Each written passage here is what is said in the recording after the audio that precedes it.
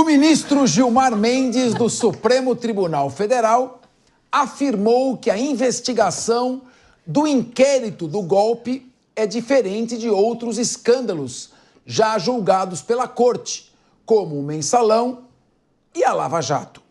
O ministro também afirmou que a gravidade dos fatos narrados torna o caso de difícil comparação e que a tentativa de golpe é muito mais grave que o Mensalão. Mendes ainda afirmou que a atuação da Polícia Federal nas investigações foi exemplar. A Procuradoria-Geral da República denunciou o ex-presidente Jair Bolsonaro por suposta tentativa de golpe de Estado em 2022. Entre as acusações estão os crimes como liderança de organização criminosa e tentativa de abolição violenta do Estado Democrático de Direito. Além de Bolsonaro, figuras como Alexandre Ramagem, ex-diretora da ABIN, e o atual deputado federal Anderson Torres, ex-diretor do ABIN e atual deputado federal, e também o Anderson Torres, ex-ministro da Justiça, e ainda o general Augusto Heleno, ex-ministro do Gabinete de Segurança Institucional, também foram denunciados, num total de 34 denunciados. Meu querido Diego Tavares, diante do que estamos vendo, seria o caso de Bolsonaro colocar uma placa idêntica à que Dante Alighieri colocou na porta do inferno? Antes de entrar, deixe todas as suas esperanças do lado de fora. Qual a chance que ele terá de se defender neste processo? Pois é, Capês, tá bem complicado. Primeiro, o ministro Gilmar Mendes, que é um grande constitucionalista, ele é famoso por essas declarações. Eu me lembro que lá em 2016, ele chamou o Petrolão de filhote maior do Mensalão. Então, parece que ele tem, no caso do Mensalão, aí um certo apego para fazer essas comparações com outros casos. E as declarações do ministro Gilmar Mendes, elas chegam até a ser óbvias. É claro que uma tentativa de golpe, ela é muito mais grave do que a compra de parlamentares com dinheiro público para votar de forma determinada em determinadas pautas dentro do Congresso. Mas o que a gravidade dos fatos precisa para que sejam de fato graves é a robustez das provas. Nós precisamos que nesse processo sejam apresentadas as provas robustas de que de fato havia em curso no Brasil uma tentativa de golpe de Estado. E lendo todas as 200 e tantas páginas da denúncia que foi apresentada, eu, sinceramente, pessoalmente, não consegui visualizar ali um link entre os fatos que eram extensamente narrados e as provas, os indícios que eram apresentados no corpo da denúncia. Me parece que o que foi feito ali, com todo respeito ao PGR, foram uma série de saltos mentais. Olha, o que está acontecendo aqui é isso, logo nós podemos deduzir que existia um golpe em curso. Agora, é claro que um julgamento, um caso dessa magnitude, ele não tem, infelizmente, só influência daquilo que dispõe o direito. Ele tem também influência do momento político pelo qual o país passa. E isso é algo que, enfim, não é inerente ao governo A, ao governo B ou ao governo C. Isso é algo que sempre aconteceu no Brasil, é histórico. Julgamentos grandes, que envolvem grandes figuras da política, sempre têm uma determinada influência política. Não deveria ser assim, mas a verdade se impõe e, infelizmente, é. Então, o ministro Gilmar Mendes, muito embora, na minha opinião, magistrados devam falar só nos autos, não disse nada demais ao dizer que os fatos são mais graves. É claro que os fatos são mais graves. Agora, as provas precisam acompanhar também a gravidade desses fatos. Muito bem. Cíntia Nunes. Assim, seco, né? Sem uma pergunta. Normalmente eu fico esperando qual é a bomba, né? Qual a sua avaliação sobre a investigação? Quando chama inquérito do golpe, já praticamente está pré-julgando, porque esse é o inquérito que apura se ocorreu o golpe ou não. Né? Então, eu pergunto o seguinte, quais são... Jair Bolsonaro será julgado, talvez pela primeira turma, acho que deveria ser julgado pelo plenário, mas pelo clima de animosidade que foi criado, em parte pelo próprio Jair Bolsonaro também, né? Esse clima de agressão recíproca, tem o Jair Bolsonaro alguma chance aí, você vê, de ter uma análise serena das provas, ou parece que ele já entra praticamente condenado? Olha, Fernando, eu tenho até um receio, assim, porque a gente, ao fazer isso, a gente também pré-julga, né? Na verdade, a gente faz a mesma coisa que estamos criticando. Não, você pode pré-julgar, porque você não vai decidir o caso. Não tem problema nenhum. Pode dar a sua opinião. Agora, se você fosse julgar, você não pode falar o que você vai fazer. Exatamente. Não, mas veja, eu entendo da seguinte forma. Primeiro que a comparação, ao meu ver, parece meio sem sentido. Assim, não tem um contexto, a não ser um contexto político, para fazer esse tipo de comparação. Então, primeiramente, considero desnecessário. Até mesmo porque aqui, como disse o Diego, em princípio a fala devia ser nos autos, né? E a gente tem hoje uma situação em que os nossos ministros, com todo o respeito que lhes é devido, eles são quase influencers, né? Então, eu entendo que as chances do ex-presidente sair ileso disso são mínimas, diante de que realmente, ao meu sentir, o pré-julgamento já há, em todas as formas. Para além disso, é claro que, se apurados e reais, os fatos são mais graves. Se realmente se apurar que houve ali tentativa, um intuito, um conluio para assassinar alguém, para ter homicídios, não há o que se falar. Muito embora isso não tire a gravidade que o Mensalão fez. Por quê? É que o Mensalão teve. Porque quando a gente desvia verbas públicas, a gente também comete outros tantos crimes contra a saúde, contra a população. Quando falta o dinheiro público, ele é desviado, uma série de outras consequências também importam e deveriam importar muito mais. Então, de fato, o que a gente tem hoje, se ficar comprovado que realmente é algo mais sério. Mas é preciso provas, não talvez uma única delação, tudo está concentrado aí, deu-se uma publicidade, ao meu ver, até mesmo política, até para uma cortina de fumaça, para desviar a atenção de outras coisas que estão acontecendo no momento, para desviar a atenção da crise pela qual a gente passa. É mais fácil, como eu disse, esse governo tem uma tendência de virar pedra enquanto está na posição de vidraça. Agora, voltando à questão que está em debate aqui, eu particularmente entendo que, diante desses posicionamentos, a mesma Polícia Federal que está sendo elogiada foi a Polícia Federal que foi criticada quando fez a investigação para apurar o que hoje culminou, inclusive, o que no passado culminou na prisão do presidente Lula. Então, a gente nunca sabe, né, qual vai ser a balança, para que lado que ela vai pender de acordo com o interesse de quem vai conduzir. Ao que se tudo comprovar, de fato, não há o que se falar. Mas o meu receio enquanto cidadã, e aqui sem pender para um lado e para outro, até em que momento essa apuração é isenta. Muito bem. Ana Beatriz Hirsch, há uma frase que é atribuída ao Winston Churchill, figura mais carismática do século XX, dizendo o seguinte, em que ele teria dito o seguinte: a democracia é a pior forma de governo, à exceção de todas as outras. É claro que quando você abala os pilares do Estado democrático de direito, rui tudo. Você tem o Mensalão, você tem Petrolão, você tem o escândalo aí da compra da usina de Passadina, tem corrupção generalizada, um monte de escândalo que existe, mas esses escândalos a democracia dá conta de resolver. Então, a premissa do ministro Gilmar Mendes é correta quando ele diz: o atentado à democracia é o mais grave crime que pode ser praticado contra a nossa Constituição. Tanto que o terrorismo, além do racismo, é um dos dois únicos crimes que jamais prescreve. Até a tortura prescreve. Mas o terrorismo não.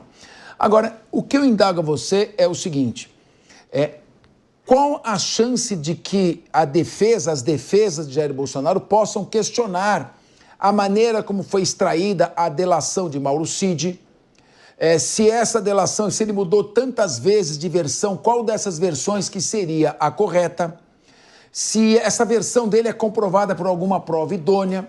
Se na denúncia aí de mais de 270 páginas tem alguma prova efetiva que ligue Jair Bolsonaro aos fatos narrados? Então, claro que nós temos excelentes advogados aqui. Então, vou destacar o José Luiz de Oliveira, que é o Juca, e o Celso Vilardi, que são queridos amigos, encarregados a respeito também das defesas do general Braga e também do Jair Bolsonaro, que vão fazer a exposição. Agora, é também um dos pilares fundamentais da democracia o direito ao juiz natural do caso, à ampla defesa e ao contraditório, porque isso também abala a democracia, se isso não for observado. O que você, que é sempre muito equilibrada nas suas colocações, vê de tudo isso que está ocorrendo? Capês, vamos lá. Você é o penalista, processualista penal da mesa, então eu vou me socorrer da sua própria ajuda em alguns momentos da minha fala. Mas tem várias coisas a considerar. Primeiro é que houve uma denúncia. Essa denúncia parte de quem acusa. Então, obviamente, que essa denúncia vai pender para o lado da acusação. Depois disso, e eu espero fortemente que isso aconteça, vai haver todo amplo e restrito direito de defesa para todos os acusados que foram denunciados. Isso é essencial para que a gente consiga chegar ao final de um processo e ele não venha a ser anulado, como a gente já viu acontecer em outras ocasiões. Porque falhas na permissão da adequada defesa dos acusados acaba levando à nulidade dos atos processuais posteriores. O que significa dizer que pode ser que a gente ande, chegue lá na frente e tudo volte para trás, como já vimos acontecer.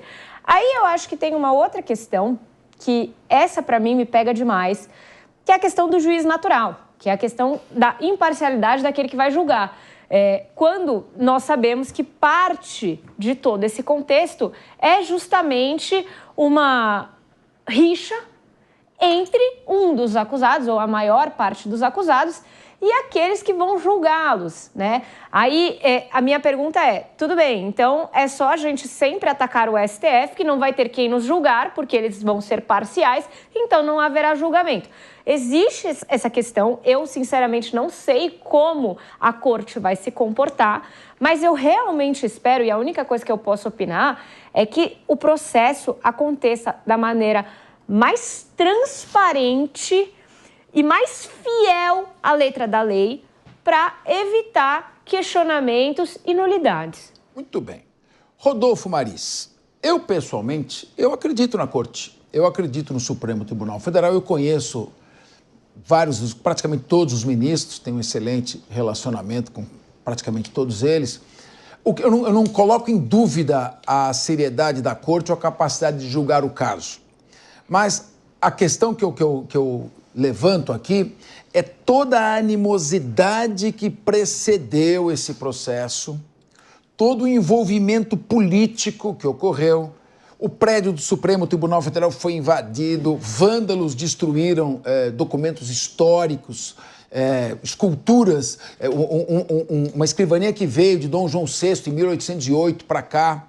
Enfim, claro que há todo um sentimento de, eu diria, justiça. Não é de justiça, não. É um sentimento de mágoa profundo que está por trás de todo este julgamento. E nesse ponto, também se questiona por que o presidente Lula foi julgado em primeira instância, foi condenado em segunda instância, depois no STJ, então ele teve várias oportunidades de recorrer. E o Jair Bolsonaro vai direto, sendo ex-presidente, para a última instância. Então, essas questões que nós estamos colocando, no caso específico, porque evidentemente ali tem grandes juristas, e eu acho que o ministro Gilmar Mendes é um jurista respeitado internacionalmente. Nós estamos falando focado neste caso específico. Capês, eu como estudante de Direito, eu queria muito aprender muito mais sobre isso e vim aqui com um debate um pouco mais amplo e muito mais avançado nas minhas respostas. Mas talvez eu faça parte de 90% dos nossos espectadores aqui que estão nos assistindo ou que estão nos ouvindo, que tem também essa dúvida sobre esse processo e como está se dando tudo isso. Vai ser condenado, vai ser preso, vai ser solto, vai não sei o que lá. O que faz com as pessoas hoje de janeiro? Nós estamos aqui buscando entender como funciona de verdade os magistrados, os advogados, entender o que de fato são essas prerrogativas que ora beneficia um e outra hora não beneficia outros. O que a gente pode dizer no momento é que nós esperamos aqui que, de fato, que seja, como aqui a Ana Beatriz diz, que seja uma coisa ampla e transparente, não favorecendo, mas julgando o mérito, acatando todas as provas e ouvindo, dando a oportunidade do contraditório e do direito de resposta. Esse é o grande negócio que os juristas e o direito têm que fazer. Aqui não é contra um partido nem a favor do outro, nós vamos a favor do direito, enquanto operadores do direito, né? Eu adoro essa frase, operadores do direito. A gente espera que essa salada toda em que o Brasil vive seja de fato restabelecida e seja de fato transparente. Sobre uma questão aqui, o pedido para deixar de fora do julgamento os ministros Moraes, o Cristiano Zanin e o Flávio Dino, eu também não vejo fundamento, uma vez que são prerrogativas do presidente escolher os seus ministros do STF. Talvez esteja aí uma grande importância de se repensar como esses ministros ocupam esses lugares, né? Mas aí, falando do Zanin, eu preciso fazer uma defesa ao Zanin, porque o Cristiano Zanin vem fazendo um excelente trabalho, principalmente quando ele foi voto controverso na questão da descriminalização da maconha. Todo mundo esperava uma atitude totalmente oposta e ele teve uma atitude contundente. E o Flávio Dino dispensa comentários, porque é um grande jurista, sabe muito, é conhecedor do direito, e eu não vejo isso como maus olhos. Olha, é o seguinte, eu concordo com você. A gente precisa ter calma, tranquilidade, equilíbrio e não levar tudo para o campo da polarização ou da política. Tem que analisar os fatos como eles são. Quando foi indicado o ministro Cristiano Zanin, eu disse, vai ser um grande ministro. E ele está fazendo um excelente trabalho. O Flávio Dino, você pode não concordar, ele foi primeiro colocado no concurso da Magistratura Federal, ele é um homem experiente, são juristas. Gilmar Mendes, então, um jurista internacional, faz palestra na Alemanha. Então, são todos muito preparados.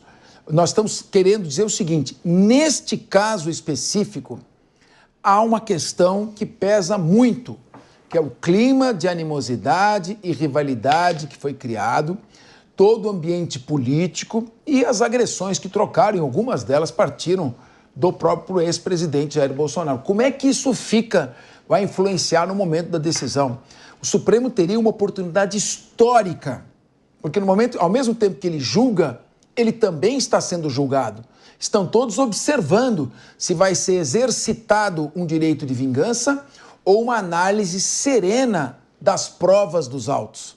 Nós temos aqui, como eu disse, excelentes advogados, nem poderia ser diferente, que estão envolvidos nesta causa. E eles vão explorar vários pontos em que qualquer cidadão, o pior criminoso do mundo, traficante de drogas, um estuprador, um sequestrador, teria direito que fosse observado. Aliás, os tribunais superiores, vira e mexe, anulam processos envolvendo traficantes perigosos porque não foi seguido o rito processual. O rito processual é muito importante, ele não é o direito de defesa, é o direito à Constituição. E é isso que nós esperamos e vamos ficar atentos, porque, claro que nós temos o dever de comentar e apontar aquilo que, segundo nós, a convicção de cada um, é certo ou é errado, de maneira respeitosa, mas sempre com transparência e compromisso com o nosso espectador. Eu pergunto se o artigo já está à disposição para que possamos colocar, só para quem quiser. Então, mais para frente, depois, eu escrevi um artigo, está à disposição de quem quiser, é a minha opinião, certo? Eu li a denúncia, eu estudei o processo, aquilo que foi permitido, né? Aquilo que a gente teve acesso. Então, tem no site Consultor Jurídico, eu afirmo que, na minha modo de ver, a delação do Mauro Cid é nula e eu explico ali todas as razões pelas quais ela é nula. E que a denúncia também não pode ser recebida, porque eu explico o porquê, na minha visão, como jurista. Está lá no site Consultor Jurídico Conjur.